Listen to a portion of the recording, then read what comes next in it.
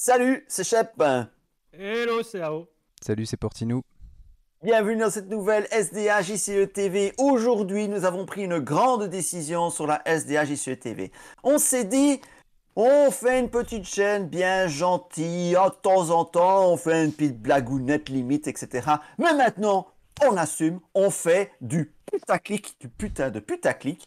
Et pour cette première émission putain de putaclic, on a décidé de faire le top 3 des héros le plus fun du jeu. Notre top 3 des héros le plus fun du jeu.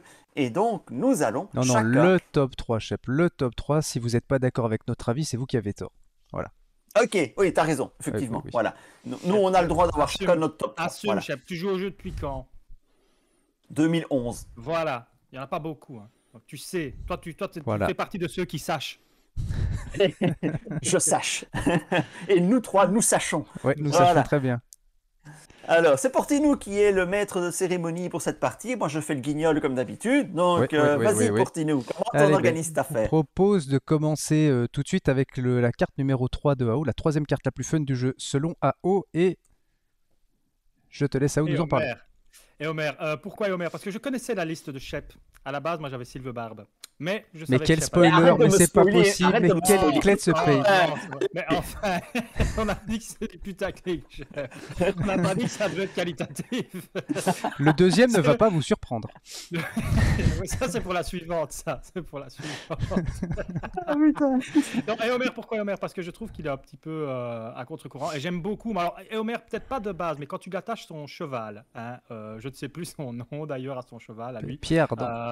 Pied ardent, oui, alors voilà, pied ardent, pied enflammé, appelle-le comme tu veux. J'ai feu mon pied. Il devient très très fun parce qu'il fait du splash de dégâts. Et ça, c'est très marrant. C'est une mécanique qui me fait vraiment rire. Et alors, une fois que si tu vas vraiment à l'excès, que tu mets l'anneau unique avec le truc qui booste son attaque à x2, sa valeur d'attaque à x2, plus un pied ardent, plus un destrier du Rohan, ça commence à faire beaucoup. Avec éventuellement une untap va pouvoir attaquer 2 fois, faire du splash damage. Enfin, moi, c'est un héros que j'aime beaucoup dans son design. Parce Ça fait 3 restreints, AO. Hein. Ça fait 3 restreints, ce que tu as dit. Ça fait 3 restreints? Ah bah Il oui. dit quoi? Oui, il y a trop de misplay sur cette chaîne. Hein. AO est en train de découvrir qu'il triche depuis des années, quoi. Mais non, pas du tout. J'ai dit quoi comme attachement? Non, j'ai dit T'as dit, destrier. Mais c'est 2 poneys, en fait. Ah oui, non, ouais, mais et l'anneau, ça fait 3, ouais. Oui, il n'a pas besoin du. Ouais, tu lui du mets une truc, ceinture dorée, regarde, il a déjà une armure voilà, dorée. pas besoin un des 3. Tu prends 2 des 3 et ça marche très très bien. Donc oui, moi j'aime bien, c'est parce que c'est un héros qui permet d'apporter une plus-value au trash. Et le trash, on l'utilise un peu tous. Donc voilà, d'entrée de jeu. C'est jusqu'à la fin du tour aussi. C'est ça qui est très très fort. Donc moi, il m'apporte du fun. J'aime bien. Ouais. Je ne peux qu'être d'accord cool. avec ça. J'adore Homer aussi. Hein. C'est méga fun à jouer, effectivement. J'ai pris beaucoup de plaisir à jouer Homer. Un de mes héros tactiques préférés. Si peut-être même le héros tactique que je préfère. C'est pas trucoïde, tu vois. Ça va tout droit. Ça va, voilà, tout en finesse. C'est simple, efficace, voilà. Ouais. Et une très belle illustration pour ne rien arranger. Exactement. Ça, c'est chouette. Ouais. Ça, c'est chouette. Bon, je vous propose de partager la mienne. La troisième, chez moi, c'est Saruman. Saruman, je le vois pas souvent à table et moi j'adore jouer Saruman, ne serait-ce que pour faire chier tout le monde en mettant du maudit à tous les tours. Donc j'adore faire ça avec très énervé, ça le rend dingue de lui mettre du maudit à tous les tours, même quand c'est pas nécessaire. Ça fait partie du fun de Saruman, c'est quand il te dit je vais gérer les ennemis et que tu dis non, attends, je vais mettre un maudit 3 pour qu'ils attaquent pas alors que tu pouvais gérer la défense sans prendre de dégâts. Ça, ce n'est que justice rendue, hein, quand il a embêté tout le monde avec son ouais, on est d'accord, on est d'accord. J'aime cette... Ah, ça me fait plaisir d'entendre ça. Ah oui. Ça me fait plaisir. Et tu sais, si tu veux vraiment aller jusqu'au bout, tu n'inclines pas le bâton. Donc moi, j'incline pas le bâton avec Saruman. Je dis non, mais tant qu'à faire, autant que ce soit maudit 3 et pas maudit 1. Donc ça fait partie du fun. Mais blague à part, moi je trouve que c'est super sympa ce truc de tu peux pas baisser ta menace de plus que 1 parce que ça. Déjà, je pense que c'est le héros qui est le plus sympa avec le contrat Conseil des Sages. C'est vraiment. Puisque là vous pouvez baisser votre menace à chaque fois que vous jouez un événement, donc ça synergise super bien. Et à côté de ça, le fait de pouvoir détape un héros qui a quand même une statline de gros cochons, c'est très sympa. Et puis voilà, il y a le truc de vous pouvez pas baisser votre menace qui demande un petit peu de gérer différemment, c'est vraiment très cool. Ouais, il a un design qui est vraiment assez sympa, je trouve. C'est vrai qu'il a une je vous avoue que je n'ai pas encore joué Saruman. Il fait partie des héros que je dois encore jouer. Il est dans ma liste de to play. Il n'est pas dans la liste de je jouerai pas. Il est dans la liste de à jouer, mais je ne l'ai pas encore fait. Les héros de la honte, c'est ça. On a une pile de la honte des héros. Ouais, il fait partie de mes héros de la honte, des héros que j'ai envie de jouer, mais que je n'ai encore jamais joué. Ouais. Alors si tu veux la jouer petit joueur, je sais pas, parce qu'il y a vraiment il y a le deck petit joueur, c'est de lui attacher le truc de Gil-galad, je sais plus comment s'appelle la carte, où en fait quand il quitte le jeu, tu diminues ta menace de sa valeur de menace de départ, donc tu diminues de 13 d'un coup, et puis tu le fais rentrer en jeu de nouveau avec... je sais plus comment s'appellent ces cartes là que je joue jamais pour aller rechercher un héros dans ta défausse. Mais ça c'est la version petit chance ou destin, et alors tu as la version avec les guérisseurs en connaissance aussi, maison de guérison. Donc si vous voulez jouer petit joueur, vous jouez comme ça, mais moi je préfère jouer Saruman en disant je laisse monter ma menace et le but c'est de terminer à 49 quoi. Bah oui, écoute, et de faire terminer au dernier tour très énervé à 50, comme ça il porte bien son pseudo quoi. Je n'aurais jamais envisagé de jouer Saruman avec cette usine à gaz de Gil-galad. Eh bien, Shep, je te propose... il a un beau dessin, ouais, c'est vrai. Il est pas mal aussi. Shep, numéro 3, donc. Alors, numéro 3, Caldara. Alors, je l'ai mise en numéro 3 à cause de son errata, qui, si elle ressort un jour, sera le texte officiel et définitif. Donc, Caldara, c'est le héros avec lequel j'ai pris le plus de fun à jouer dans l'absolu dans sa version non erratée. Parce que j'adorais le fait de tu la défausses, tu fais popper des alliés, tu la ressuscites, tu la défausses, tu fais popper des alliés, tu la ressuscites. C'était super drôle. Alors maintenant c'est limité à une seule fois par partie. Mais j'ai testé. Non, mais attends, non, faut pas être si dur que ça. Si. Je l'ai joué en version erratée. Elle reste quand même très forte. Tu peux te mettre en place extrêmement vite grâce à elle. Pour peu que tu aies Prince Imraïl en première main et que tu arrives à le jouer, là, boum, tu fais remonter 3 alliés très facilement. Alors évidemment, tu dois défausser comme un gros porc en début de partie, mais c'est pas très compliqué à faire, entre Emery et d'autres cartes qui te permettent de meuler ton deck. Donc non, ça reste très sympa à jouer. C'est du mono énergie, ça reste pour moi le meilleur mono du jeu. Le mono Caldara reste pour moi, de mon avis personnel, le meilleur et le plus fun mono à jouer du jeu avec Caldara. Donc voilà, je continue d'apprécier Caldara malgré son errata, et aujourd'hui quand je la joue c'est avec son errata, mais je prends quand même toujours beaucoup de plaisir parce que c'est le plaisir du mono. Caldara pour moi c'est le plaisir du monosphère, le mono énergie, et j'aime bien jouer en mono aussi, c'est reposant, voilà. J'ai un petit héros pour toi qui en fait combat super bien avec Caldara, c'est d'un pied d'acier version énergie. Bah oui, tu bien peux sûr, défausser 3 cartes en défendant, et en fait tu défausses comme un gros goret, et en fait tu te mets en place tour 2 à tout casser quoi. Je me demande si ma dernière version de Caldara ne jouait justement pas avec Caldara et avec Arwen, je crois. Ouais, moi j'ai ça avec Dain, Caldara, Arwen, et alors l'approche du cambrioleur pour virer tous les attachements. Donc en fait, je pense qu'il y a 35 alliés dans le deck, et comme tu défausses 5 cartes par tour, en fait, tour 2, t'es en place quoi. Et en plus, avec Arwen, Prince Imraïl, tu peux le jouer de tour 1 quoi. Donc, super fort. Ouais, c'est ça. Moi je dis qu'elle n'a plus d'âme. Caleb lui a enlevé son âme. Il lui a enlevé son âme. Et en plus, j'aime encore bien l'illustration. Hein, ce qui ne gâche rien. Oui, c'est du Magali. Hein. C'est du Magali. J'aime pas tout chez Magali, mais celle-là, j'avoue que c'est... Il aime bien. C'est le bandeau sur le front, là. C'est ça qui fait tout. La petite épée qui est tirée. Non, c'est bien. Puis le petit doigt posé sur la lame de l'épée. Voilà. Hein, voilà.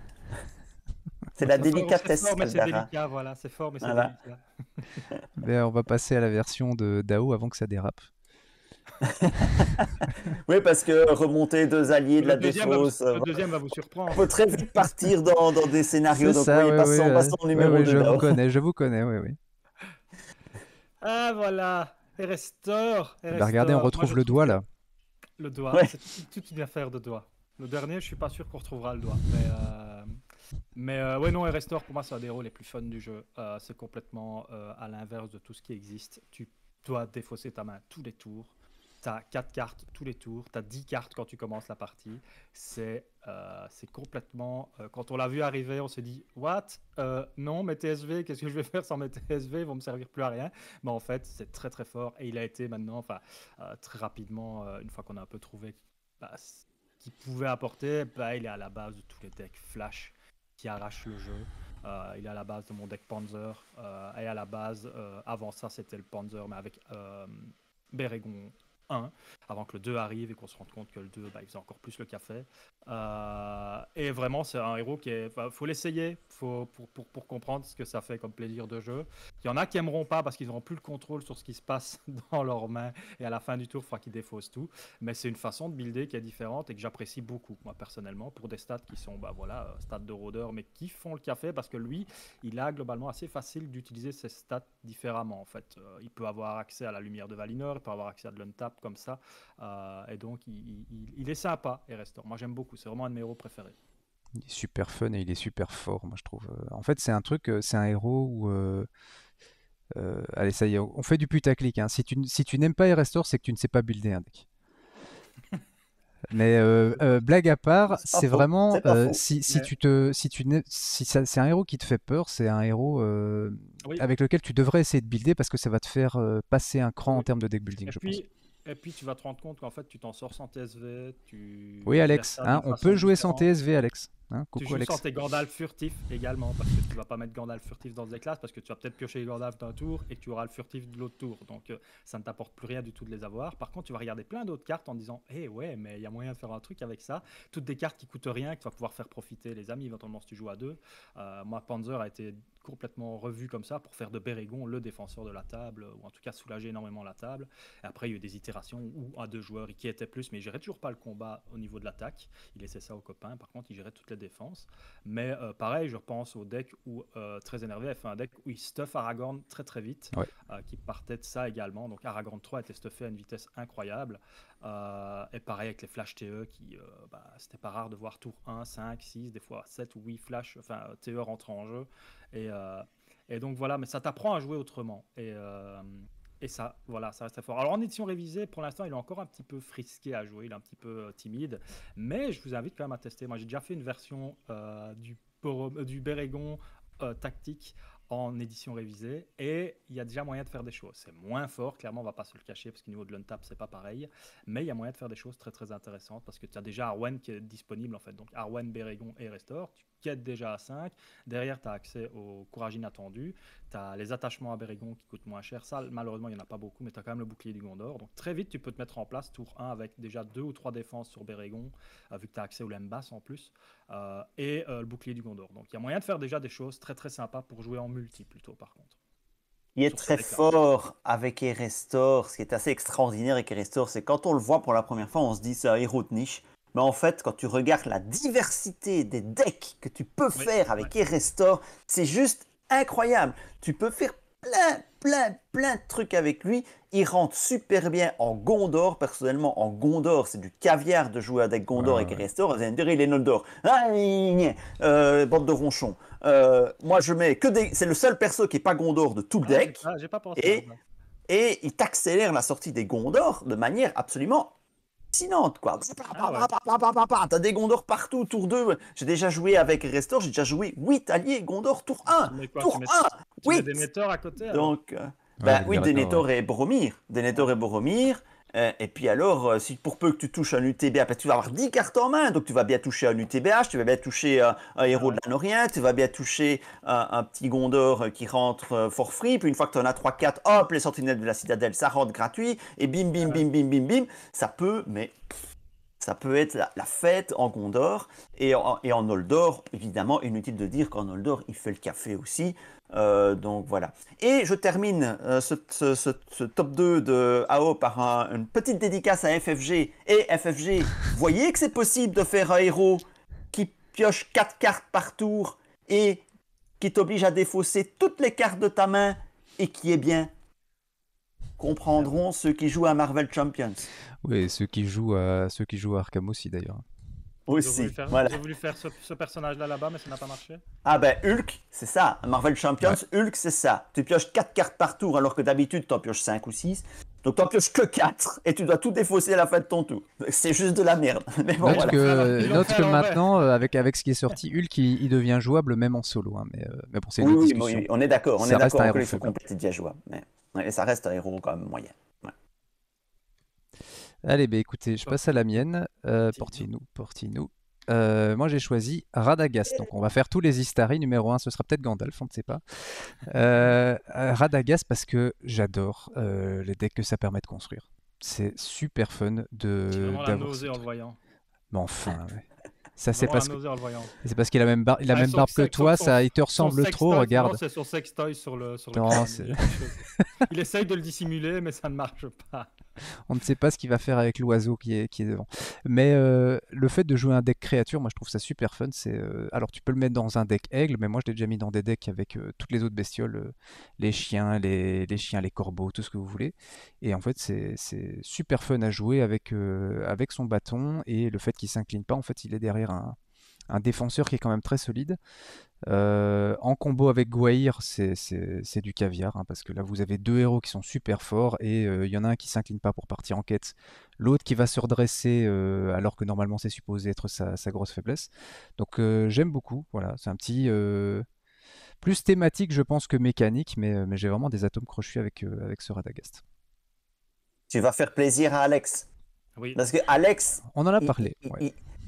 Alex, il est comme je sais pas moi, comme un septentenaire qui a une grosse érection, tu vois.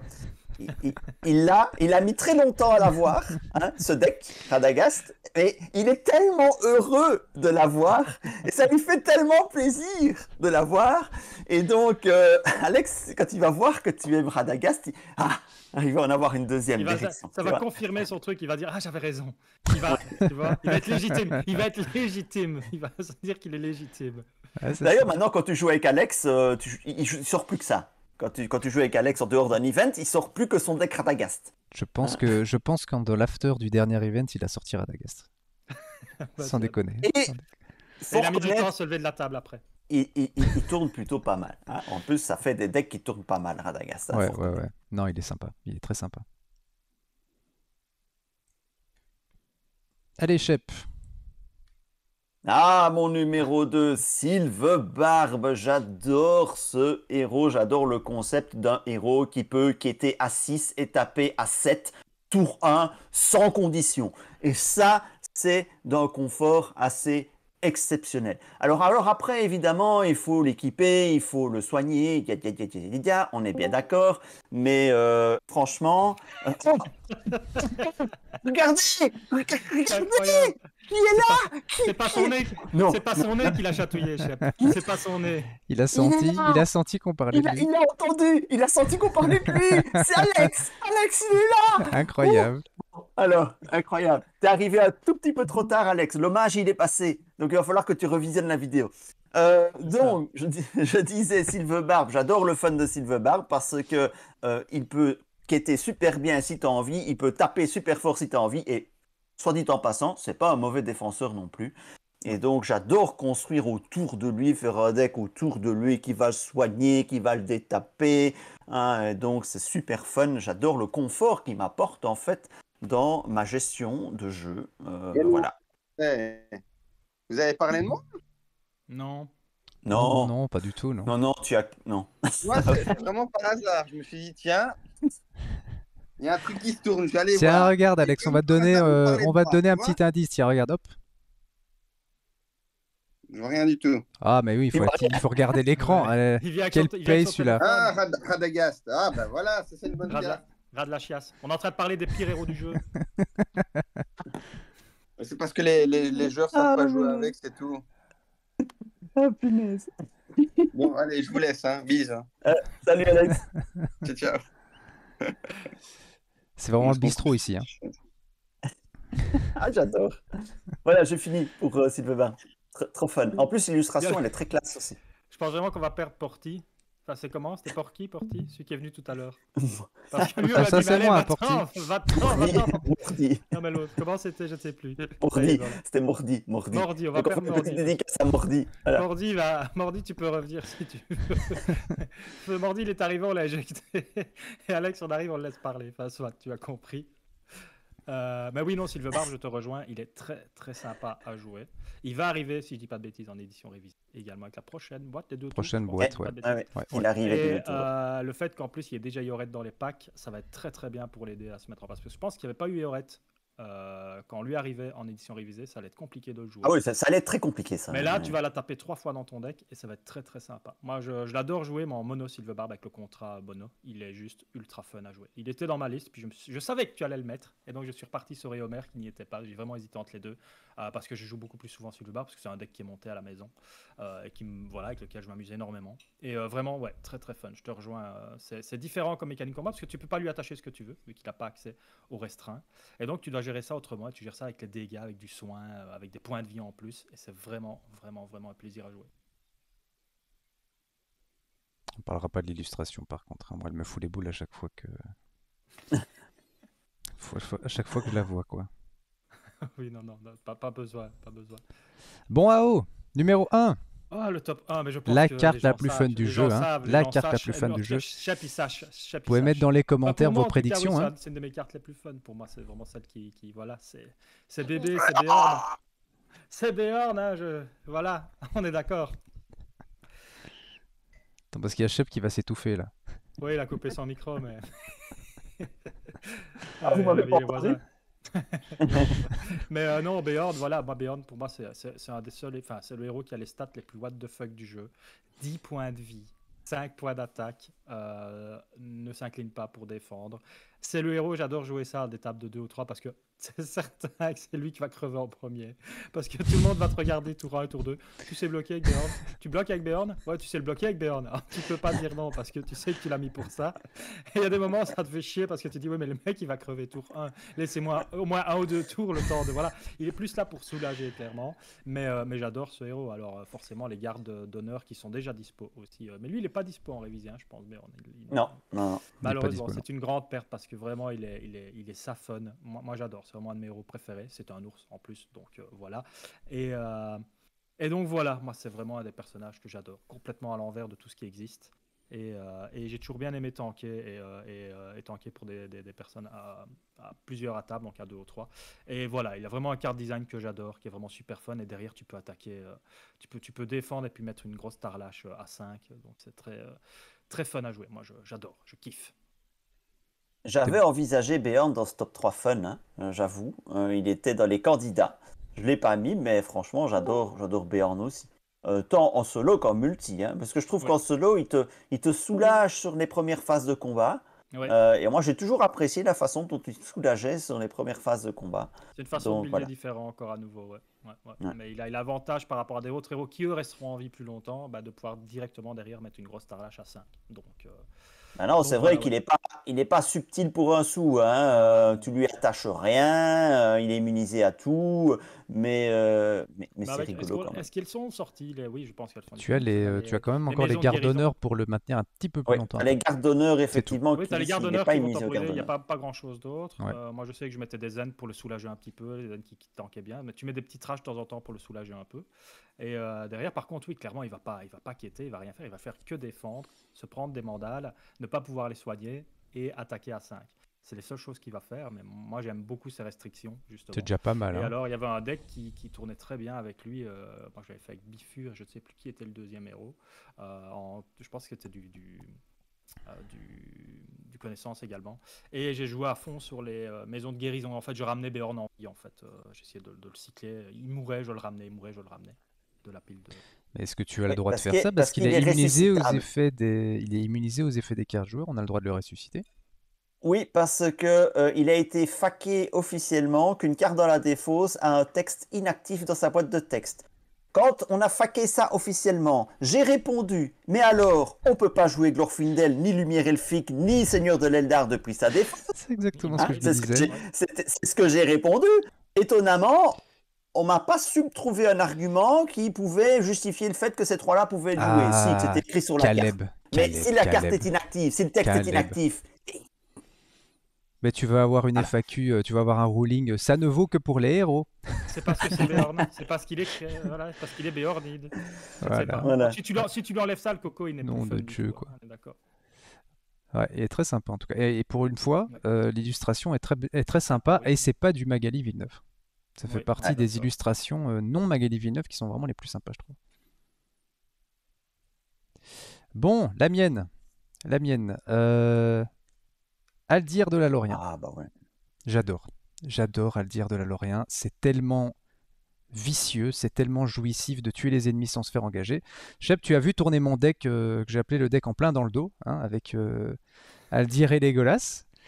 Je trouve ça fun. AO, comme ça tu sais, c'est un deck où le but du jeu c'est que les ennemis ne tapent pas une seule fois sur la partie. Et je pense que quand on l'avait joué, Shep, tu as dû défendre une attaque sur la partie et c'est à peu près tout. Une Une fois, fois il a j'ai défendu défendu. une attaque sur la partie.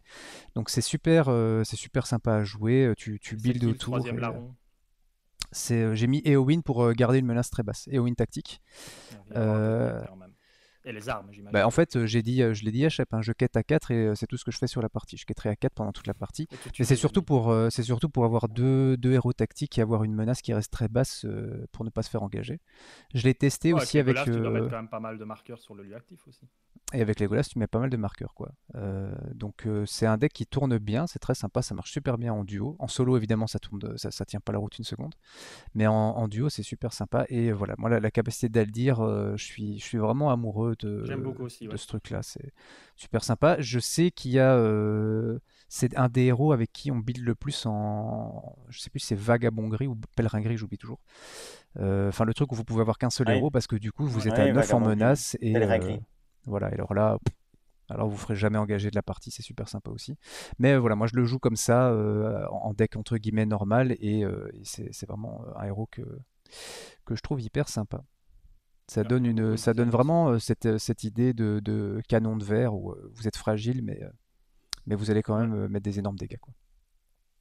En fait, c'est à le dire, au début, je l'ai beaucoup bâché. Je l'ai beaucoup bâché parce que je Mhm. trouvais qu'il écrasait d'Unir. Et j'aimais Ouais. Ah bah bien oui. d'Unir. Mais évidemment, j'ai vu tourner Différent ton à jouer, deck. ouais, ouais. Ton deck, il m'a tellement plu quand j'ai joué avec toi pour Tinou que pour lui rendre hommage, je m'en suis inspiré pour mon deck du dernier event. Sauf que j'ai joué en trisphère avec l'Anwin, histoire de pousser le trip à distance jusqu'au bout et le trip je quête comme une moule jusqu'au bout. Mais voilà, c'était très rigolo, hein. Puis Franchement, j'aime bien c'était la très petite rigolo. carte. Et sur les bateaux, quand tu as Aldir, Legolas et l'Anwin qui commencent à buter les bateaux à distance, ça devient Ouais, ouais. particulièrement amusant. Et puis j'aime bien ce côté où tu ne dois pas te faire engager pour profiter de sa capa. C'est le petit twist Ouais, ouais, qui ça, c'est super t'embête, mais sympa. sur lequel tu dois essayer de builder pour en tirer maximum profit parce que la capa est super forte, quoi. C'est juste dommage que l'illustration alliée soit beaucoup plus belle que l'illustration héros, alors que l'allié Moi, je l'aime est bien, vraiment pas celle-là. terrible. J'aime beaucoup Ouais, son mais bon, armure. l'autre c'est du Magali Villeneuve, hein, donc Ah oui, oui, non, mais tu peux pas concurrencer, quoi. moi j'aime beaucoup celle-là. Elle est pas mal. Elle est Le pas mal. décor derrière et l'armure est magnifique, je trouve. Son Ouais, épaulette, tout l'armure est ça, très sympa. la couleur de l'armure et de ça, franchement, elle est très très bien. Moi Ouais. j'aime bien. Bon, Shep. Ah, Alors, mon on top sait. 1. Mon top 1, c'est le mec qui est en club SM avec les ceintures cloutées, là, vous voyez, hein, la grande barbe, les cheveux gris et un slibard en cuir et deux ceintures là qui est traversent et qui dit frappez-moi, frappez-moi, frappez-moi, frappez-moi. Et donc, bah oui, bah Calme-toi quand tu même. vas en avoir des coups. Je vais t'en donner des coups. Tiens, et c'est Glouin. C'est Glouin. J'adore Glouin. Glouin, t'es riche en te faisant taper dessus. Il n'y a rien de plus drôle. J'adore parce qu'en fait, en collection complète, tu peux faire des trucs totalement dégénérés avec Glouin. Tu lui montes ses points de vie à 9, 10, 11 et il prend toutes les sans défense. Bam, bam, bam, sans défense que tu vas soigner dans la foulée. Et pour peu que tu aies les papis pervers, ben boum, tu payes pour redresser les papis pervers qui vont te soigner intégralement Glouin. Pour peu que tu combines ça avec un aileron quelque part sur la table, je te laisse imaginer le résultat. Il prend toutes les 100 def, il se soigne dans la foulée et il gagne de la pognasse à ne plus savoir qu'en faire. Voici payer les gardiens des maisons de guérison parce que leur salaire, hein, enfoiré de sadiqué. Bon, donc, voilà, Gloin, c'est fun parce que ça te permet de jouer sur les 100 def.